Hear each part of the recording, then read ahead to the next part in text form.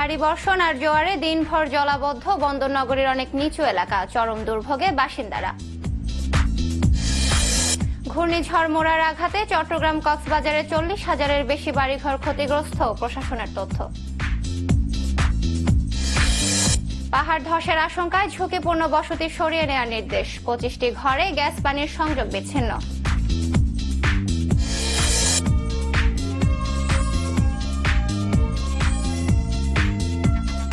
শুভেচ্ছা, আমন্ত্রণ চট্টগ্রাম 24-এ। আপনাদের সাথে আছে আমি সোহেলি চাকমা। এতক্ষণ শুনছিলেন এন মোহাম্মদ প্লাস্টিক সংবাদ শিরোনাম, এবার পুরো খবর। ঘূর্ণিঝড় মোরার প্রভাবে বৃষ্টিপাত এবং জোয়ারের কারণে দিনভর পানির নিচে ছিল চট্টগ্রাম নগরীর অনেক এলাকা। তাতে আগ্রাবাদ, হালিশহর, বহদ্দারহাট, চকবাজার সহ বিভিন্ন এলাকায় হাঁটু থেকে কোমর সমান পানিতে ডুবে যায়। পানি ঢুকে পড়ে এসব এলাকার বেশিরভাগ বসতবাড়ি, দোকানপাটে। ফলে চরম ভোগান্তিতে পড়েন পানিবন্দী মানুষ। কোনো পুকুর বা জলাশয় নয়, বন্দরনগরী চট্টগ্রামের অন্যতম প্রধান সড়ক এটি। বৃষ্টিপাত আর জোয়ারের পানিতে অথৈ সাগরের রূপ নিয়েছে আগ্রাবাদ অ্যাক্সেস রোড। ঘূর্ণিঝড় মোরার প্রভাবে মঙ্গলবার বিকেল থেকে টানা বর্ষণ হয়েছে চট্টগ্রামে। তাই আগ্রাবাদের মতো হালিশহর, বহদ্দারহাট, চকবাজার এলাকায় এমন জলমগ্ন অবস্থা। তাতে দীর্ঘ সময় ধরে পানিবন্দী এসব এলাকার মানুষের দুর্ভোগের যেন সীমা ছিল না। রান্নাবান্না সহ নিত্য কাজে ভোগান্তি তো ছিলই, অসহনীয় কষ্টে পড়েন রাস্তায় বের হওয়া লোকজন। কারণ জলজটে সড়কে যানবাহনের তীব্র সংকট। 4 ফুটের মতন পানি উঠছে, ভ্যান গাড়ির উপরে আঠুমান পানি আছে আমাদের। আমি ব্যাগ ট্যাগ ভিজে গেছে, সবকিছু ভিজা। মানে হচ্ছে যে আমাদেরকে মানে এখন নদীর মতনই হচ্ছে, এবং অনেক দুর্ভোগে আছি। খানা দানা কোনো কিছু আনতে পারতেছে না। আর রমজান মাস রোজা রাখতে অনেক কষ্ট হইতেছে। আর ব্যবসা বাণিজ্য যারা চাকরি করে মানে সব দিক দিয়ে মানে খারাপ অবস্থা হইতেছে আর কি। কালকে থেকে আমাদের পলিটেকনিকে পরীক্ষা শুরু হচ্ছে, তো আমরা তো পরীক্ষা দিতে আসতে আমাদের কষ্ট হয়ে যাচ্ছে। এটা বৃষ্টি হলে পানি হচ্ছে, আমরা যেতে পারতেছি না, অফিসে যেতে পারছি ঠিক মতো। রিক্সা ভাড়া যেখানে 10 টাকা, এখানে 70-80 টাকা, 90 টাকা, 100 টাকা। এখানকার পানির অবস্থা দেখেন না, কি করুন, কোনো গাড়ি পাওয়া যায় না, কিছু পাওয়া যায় না। এখন বাঁচি নেই, কেন যাবো নানা থরি না গর্তে পড়ি, তা বুঝি না। জলমগ্ন এলাকার অধিকাংশ বসতবাড়ি, দোকানপাটে ঢুকে পড়ে জোয়ারের পানি। ফলে নষ্ট হয়ে যায় বিভিন্ন মালামাল। ভুক্তভোগীদের অভিযোগ, এখন বৃষ্টি হলেই জলমগ্ন হতে হয় তাদের। কিন্তু খাল নালা সংস্কার সহ কার্যকর কোনো উদ্যোগ না থাকায় দিন দিন বাড়ছে জলাবদ্ধতার ভোগান্তি। বোর্ডের সব জিনিস নষ্ট হয়ে গেছে। এটা তো শুধু আজকে না, এটা প্রতি বছরই এইভাবে হচ্ছে। সমস্যাটা হচ্ছে নালা দিয়ে পানিটা যাচ্ছে না, এবং পানি যেগুলো রাস্তা দিয়ে ক্রস করে খালে যাচ্ছে, খালে থেকে পানিটা বাঁধের কারণে নামতে পারতেছে না। সাধারণ বৃষ্টিতে যদি অবস্থা হয়, যদি বড় ধরনের কোনো কিছু হয়, তাহলে আমাদের কি অবস্থা হবে? ওনার বাংলো তৈরি হইতেছে টাইগার বাস পাহাড়ের উপরে, মেয়রের। ওনারে বলেন যে সবাই নেমে যত লিডার আছে আজকে যেন তারা পানিতে দেখে।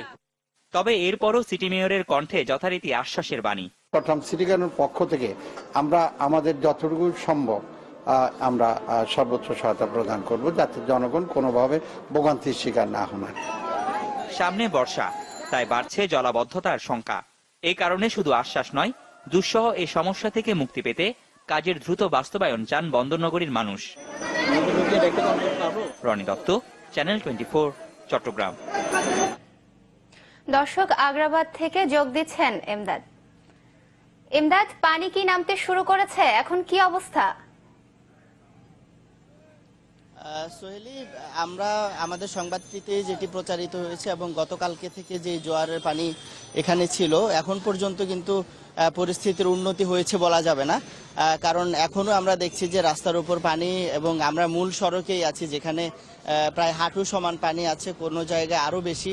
এবং যেই আশপাশের যে গলিগুলো আছে বা আবাসিক এলাকা অনেকটা যেখানে বাসাবাড়ি আছে, সেখানে কিন্তু আমরা যেতেই পারছি না, কারণ আরও অনেক বেশি পানি সেখানে, যেখানে বাসাবাড়ি এবং দোকানপাটগুলোতে কিন্তু পানি জমে আছে। তো আবহাওয়া অফিসের সাথে আমরা কথা বলে যেটি জেনেছি যে আজকে তো সকাল 11:30 থেকে 5টা পর্যন্ত, 5টা 10 পর্যন্ত কিন্তু জোয়ার ছিল, এবং 5টা 10-এর পর থেকেই ভাটা। তো কিছুটা হয়তো বা কমছে বা কমতে শুরু করেছে। তো যেহেতু পানি অনেক বেশি এবং বৃষ্টিপাত এবং জোয়ারের পানি মিলে একটি ভয়াবহ অবস্থার সৃষ্টি হয়েছিল এই আগ্রাবাদ সহ বিভিন্ন এলাকায়, তো যার কারণে অনেক বেশি পানি থাকার কারণে কিন্তু ভাটা আস্তে আস্তে শুরু হলেও সেই পানিটি নামতে আরও অনেক সময় লাগছে। তো আশা করা হচ্ছে সময় যত যাবে, যদি আর কোনো বৃষ্টিপাত না হয়, সেক্ষেত্রে আশা করা হচ্ছে যে সন্ধ্যার পরে বা আরও কিছুক্ষণ পরে আস্তে আস্তে পানি যখন নামবে তখন এখানকার জনজীবন স্বাভাবিক হবে। আর যেহেতু গতকালকে থেকেই আসলে এখানে পানি জমে আছে, পানিবন্দী হয়ে আছেন মানুষ, সেখানকার মানুষের দুর্ভোগের কিন্তু আসলে ভাষায় প্রকাশ করার মতো না, এত বেশি দুর্ভোগ। স্বাভাবিক জীবনযাপন থেকে শুরু করে চলাচল সবকিছুতে কিন্তু একটা দুর্ভোগ। তো সবাই আশা করছেন যে খুব দ্রুত পানি নেমে যাবে, স্বাভাবিক হয়ে আসবে জনজীবন। সোহেলি। এমদাদ, আপনাকে ধন্যবাদ। দর্শক, নগরীর আগ্রাবাদ থেকে সরাসরি যোগ দিয়েছিলেন সহকর্মী এমদাদ। ঘূর্ণিঝড় মোরায় ক্ষতিগ্রস্তদের সব ধরনের সহায়তা করবে সরকার। জাতীয় সংসদে বাজেট অধিবেশনে দেওয়া বক্তব্যে একথা জানান প্রধানমন্ত্রী শেখ হাসিনা। বলেন, প্রাকৃতিক দুর্যোগ মোকাবেলায় বাংলাদেশ এখন সক্ষম। ইতিমধ্যেই আমরা তালিকা বানাচ্ছি এবং প্রত্যেকে যাতে ঘরবাড়ি বানাতে পারে তাদের ব্যবস্থা আমরা করে দিচ্ছি। তাছাড়া খাদ্য এবং সেই সাথে সাথে তাদের হাতে নগদ টাকা পৌঁছে দেওয়ার ব্যবস্থা ইতিমধ্যে আমরা নিয়েছি।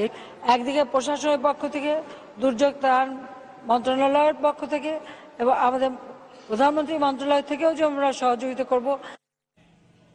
এবার এন মোহাম্মদ প্লাস্টিক বিরতি, ফিরছে একটু পর, সঙ্গেই থাকুন।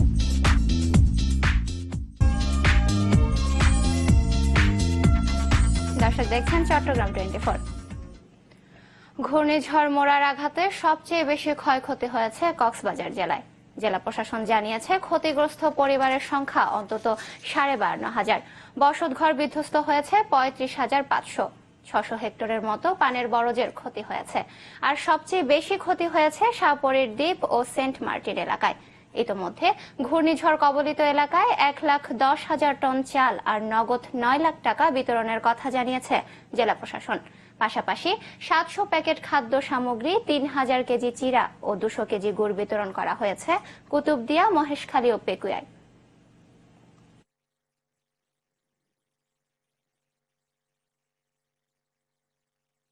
মাননীয় প্রধানমন্ত্রীর কার্যালয় থেকে এবং ত্রাণ ও দুর্যোগ মন্ত্রণালয় থেকে আমরা প্রত্যেকটা জায়গায় যেন কোথাও কোনো লোক ঘরবাড়ি ছাড়া না থাকে এবং খাবার ছাড়া না থাকে সেই ব্যবস্থা করার জন্য পর্যাপ্ত খাবার এবং ত্রাণ আমাদের কাছে আসবে। আমরা সেই আশ্বস্ত, আমরা সেই হিসেবে আমরা সবাইকে সব ধরনের সহযোগিতা করতে পারবো। এদিকে ঘূর্ণিঝড় মোরার আঘাতে চট্টগ্রামের 11টি উপজেলায় কম বেশি ক্ষতিগ্রস্ত হয়েছে 5,341টি বসতঘর, এমন তথ্য জানিয়েছেন জেলা প্রশাসন। প্রাথমিক হিসাবে তারা জানিয়েছে ঘূর্ণিঝড়ে সম্পূর্ণ বিধ্বস্ত হয়েছে 2,745টি ঘর।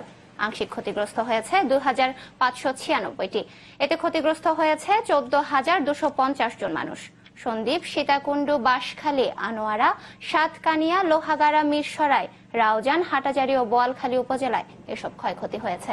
তবে এতে প্রাণহানি ও বেড়িবাঁধের কোনো ক্ষতি হয়নি বলে জানায় জেলা প্রশাসন।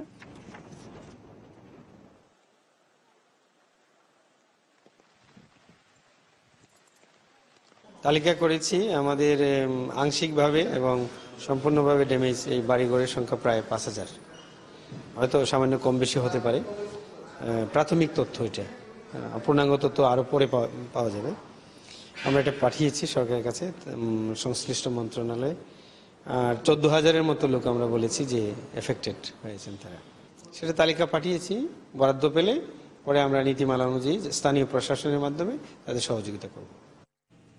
ভারী বর্ষণে পাহাড় ধসের আশঙ্কা আছে, তাই চট্টগ্রাম নগরীর মতিঝর্ণা এলাকায় ঝুঁকিপূর্ণ বসতি সরিয়ে নেওয়ার নির্দেশ দিয়েছে প্রশাসন। সকালে জেলা প্রশাসনের নির্বাহী ম্যাজিস্ট্রেটের নেতৃত্বে একটি দল সেখানে অভিযান চালায়। এ সময় 25টির মতো বসত ঘরে অবৈধভাবে লাগানো পানি ও গ্যাসের সংযোগ বিচ্ছিন্ন করে।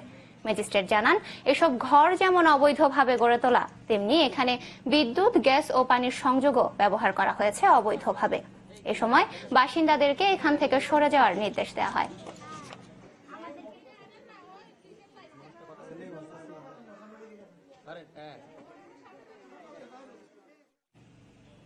দর্শক, এই ছিল বিকেলের আয়োজন। সন্ধ্যা 7টায় দেখবেন নিউজ 24।